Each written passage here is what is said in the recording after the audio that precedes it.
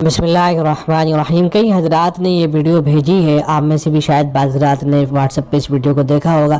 میں نے تو جب سے اس ویڈیو کو دیکھا ہے میرے قدموں کے نیچے سے زمین نکل گئی ہے کہ ان لوگوں نے تبلیغ جماعت کو کہاں پہنچا دیا ہے. تبلیغ جماعت کیا تھی؟ کتنے لاکھوں کروڑوں لوگ اس جماعت سے متاثر ہوئے. تبلیغ جماعت سے جو شخص وابستہ ہو جاتا تھا اس کے اخلاق اتنے عمدہ ہو جاتے تھے کہ اس آدمی کو لاکھ گالیاں دی جائیں، کچھ بھی کہا جائے، وہ ٹس سے مس نہیں ہوتا تھا، اپنے کام میں لگا رہتا تھا. کسی مسلمان کو مارنا پیٹنا تو دور کی بات ہو گئی ہے، کسی دوسرے مسلمان کے بارے میں برے خیالات تک اس کے ذہن میں نہیں آتے تھے. لیکن اب کیا ہو گیا ہے؟ یہ ویڈیو دیکھیں آپ. اس میں عربی زبان میں یہ ویڈیو ہے. ایک کوئی بنگلہ دیش کے عالم ہے، انہوں نے ایک کتاب لکھی ہے. ان عالم کا نام ہے الشیخ عبداللہ منصور القاسمی. قاسمی بھی لگا ہوا ہے نام کے ساتھ میں. تو انہوں نے ایک کتاب لکھی ہے. اس کتاب کا نام ہے الامارہ ہی سنہ، یعنی عمارت ہی سنت ہے. الامر ہی سنت کے مطابق امیر ہے قرآن و حدیث و اجماع و قیاس کی روشنی میں. یعنی انہوں نے یہ ثابت کرنے کی کوشش کی ہے کہ قرآن و حدیث اجماع و قیاس سے بات معلوم ہوتی ہے کہ عمارت ہی اصل سنت ہے اور امیر ہی اصل ہونا چاہیے. اس طرح کی چیزیں انہوں نے ثابت کرنے کی کوشش کی ہے قرآن و سنت کی روشنی میں اس کتاب کے اندر. یہ کتاب چھپ بھی چکی ہے، انٹرنیٹ پر وائرل بھی ہے. تو ان صاحب سے اس کتاب کے بارے میں معلوم کیا گیا کہ آپ نے اپنی اس کتاب میں یہ بات لکھی ہے کہ اگر کوئی آدمی مولانا صاحب کے ہاتھ پر بیعت نہیں کرتا ہے تو وہ مباح الدم ہے، اس کو قتل کرنا جائز ہے. اس کو مار دینا، قتل کر دینا اس کو جائز ہے. آپ اس کو قتل کر سکتے ہیں اگر اس نے مولانا صاحب کے ہاتھ پر بیعت نہیں کر رکھی ہے.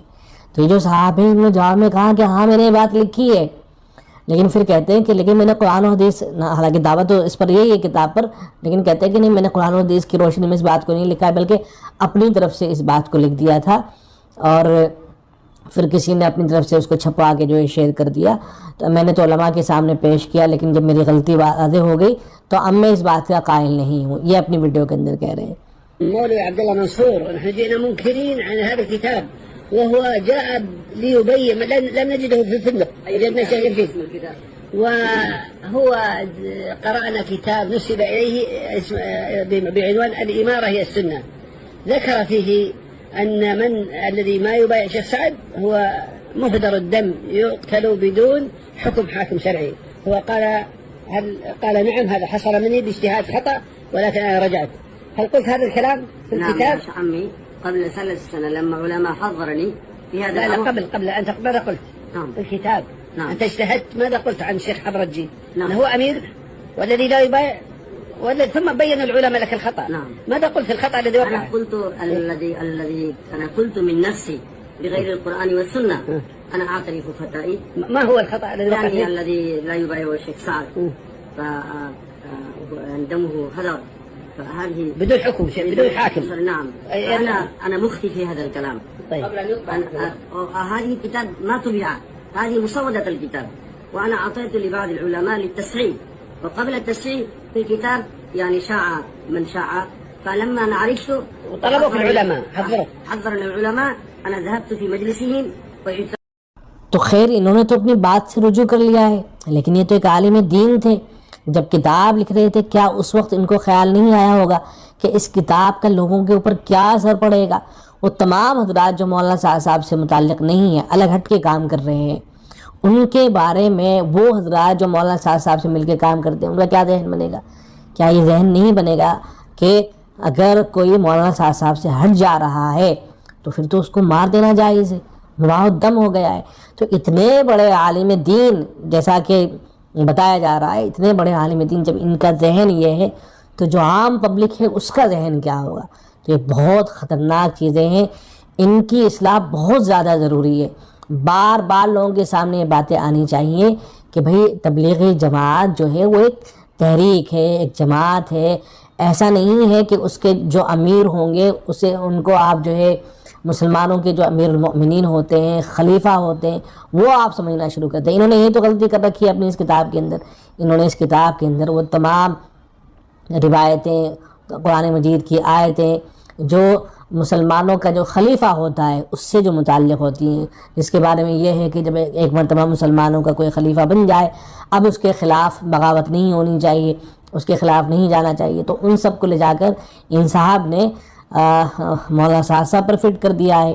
اب اس کا نتیجہ کیا ہوگا، انجام کیا ہوگا اگر آپ یہ سب کرنا شروع کر دیں گے؟ اور تبلیغی جماعت کے ایک امیر کو اگر آپ خلیفہ ہی کی طرح ٹریٹ کرنا شروع کر دیں گے تو لوگوں کا تو ذہن یہ بنے گا، جو عام پبلک ہوگی اس کا ذہن تو یہ بنے گا کہ جو اس راستے سے ہٹیں گے پھر ان کے ساتھ تو آپ کچھ بھی کریں، ان کو تو مار دیں، اس لیے کہ یہ لوگ تو امت میں انتشار اور افتراق کا سبب بن رہے ہیں، ہو بھی ہی رہا ہے۔ تو اس لیے اس کی اصلاح کی بہت زیادہ ضرورت ہے۔ تبلیغی جماعت جو ہے ایک اصلاح کا کام ہے۔ اس کے جو امیر ہوتے ہیں، ایسا نہیں ہوتا ہے کہ وہ خلیفہ بن جاتے ہوں، امیر بنتے کوئی خلیفہ بن جاتا ہو، مسلمانوں کا جو حاکم ہوتا ہے وہ بن جاتا ہو امیر بنتے، ایسا نہیں ہے۔ میں آپ کے سامنے ایک فتویٰ پیش کر رہا ہوں، یہ دارالعلوم دیوبند ہی کا فتویٰ ہے اور لکھا ہوا ہے حضرت مفتی محمد شفیع صاحب رحمۃ اللہ علیہ۔ اس کو دیکھیں اور یہ چیزیں لوگوں کے سامنے بار بار آنی چاہیے تاکہ ذہن صاف ہو کہ بھئی، ورنہ تو پھر کوئی بھی آدمی کوئی تحریک چلا رہا ہے، وہ کہہ دے گا میں امیر ہوں، جو میرے خلاف جائے گا اس کو قتل کرنا جائز ہو جائے گا۔ یہ سب واہیات باتیں ہیں بالکل۔ یہاں ایک سوال کیا گیا ہے کہ امیر جماعت کے شرعی احکام یہ عنوان ہے، تو پوچھا گیا کہ وَلْتَكُن مِّنكُمْ أُمَّةٌ يَدْعُونَ إِلَى الْخَيْرِ کی کیا تفسیر ہے؟ کیا ہر وقت ایک منظم جماعت امر بالمعروف اور نہی عن المنکر کے لیے ہونا ضروری ہے، یا ہر عالم اپنی اپنی جگہ پر کام کر رہا ہے وہ بحیثیت اتحاد فعل جماعت کے حکم کے تحت ہوگا؟ نمبر 2، کیا اس قسم کی جماعت کے لیے امیر ہونا بھی ضروری ہے؟ اس امیر کی کیا حیثیت ہوگی؟ کیا وہ جس وقت بھی پکارے لبیک کہنا ضروری ہوگا؟ نمبر 3، کیا کسی وقت اس طرح جماعت قائم ہو کر اس کا امیر مقرر ہو کر امر بالمعروف اور نہی عن المنکر کرنے کی نظیر پیش کی جا سکتی ہے؟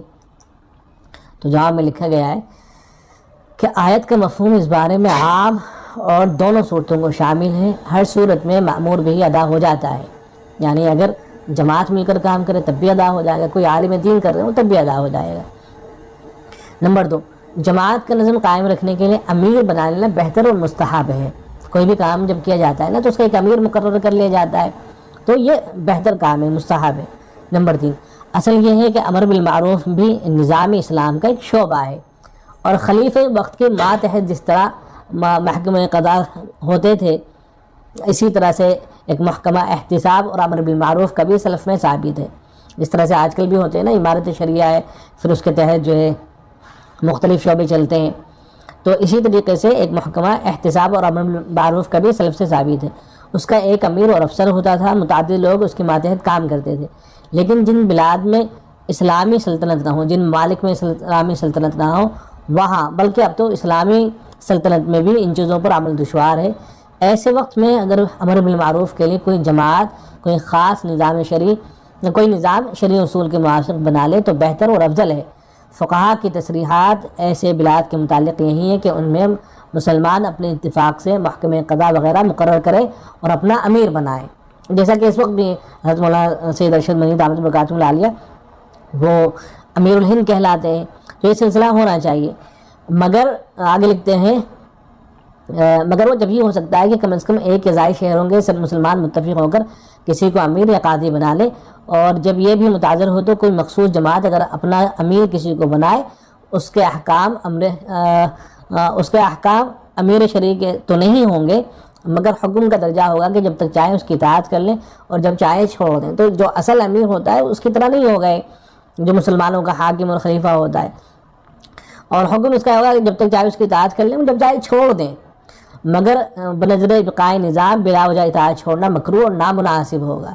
یعنی اگر کوئی امیر بنا بھی دیا گیا، جیسے مختلف شعبوں کے امیر ہوتے ہیں، مختلف جماعتوں کے امیر ہوتے ہیں، تبلیغی جماعت میں بھی جب جاتے ہیں تو وہ وہاں بھی امیر بن جاتے ہیں، تو ان کی اطاعت کرنی چاہیے، یہ اچھی بات ہے، لیکن ایسا نہیں ہے کہ اگر کوئی آدمی کسی وجہ سے یہ کہہ دے کہ میں یہ کام نہیں کر پاؤں گا تو ایسا نہیں ہوگا کہ وہ اس کے اوپر وہ حکم جاری ہو جائیں گے، جو مسلمانوں کا جو خلیفہ ہوتا ہے اس کے جو خلاف بغاوت کر لیتا ہے، تو جو احکام ان لوگوں کے ہوتے ہیں تو ایسا نہیں ہوگا کہ ان کے لیے بھی یہ احکام ہوں گے، تو بلا وجہ اطاعت چھوڑنا مکروہ اور نامناسب ہوگا، مگر خروج علی الامیر کی حد میں داخل نہ ہوں گے۔ امیر واجب الاطاعت مطلقاً وہی ہو سکتا ہے جو تمام مسلمانوں کے اتفاق اور اجتماع سے امیر بنایا جائے اور شرائط امارت اس میں موجود ہوں۔ تو ایسے ہی دارالعلوم دیوبند کا بھی ایک فتویٰ آپ دیکھ لیں، اس میں کسی صاحب نے پوچھا تھا امارت سے متعلق کچھ چیزیں ہیں، اس میں بھی امیر سے متعلق تبلیغی جماعت کے جو امیر بنتے ہیں. ایک صاحب نے پوچھا تھا کہ ہماری مسجد کے امیر ہیں وہ کسی کی بات نہیں سنتے ہیں, زیادہ اپنی مرضی کراتے ہیں. اب یہ ذہن بنائے, ورنہ تو شروع میں تو ماشاءاللہ سے کسی امیر کے بارے میں تصور بھی نہیں ہوتا تھا کہ کوئی اس طرح کی بات کرے گا. بڑوں کی ترتیب پر کام نہیں کرتے ہیں, کبھی کبھی اپنے سے بڑے عمر کے ساتھیوں کو بھی سنا دیتے ہیں. اس ہفتے 3 دن کی جماعت نکلے, اس میں پرانے نئے سب شامل تھے, انہوں نے چائے نہیں بنانے دی, قہوہ پلاتے رہے. نئے ساتھی واپس ہوئے تو ناراض تھے.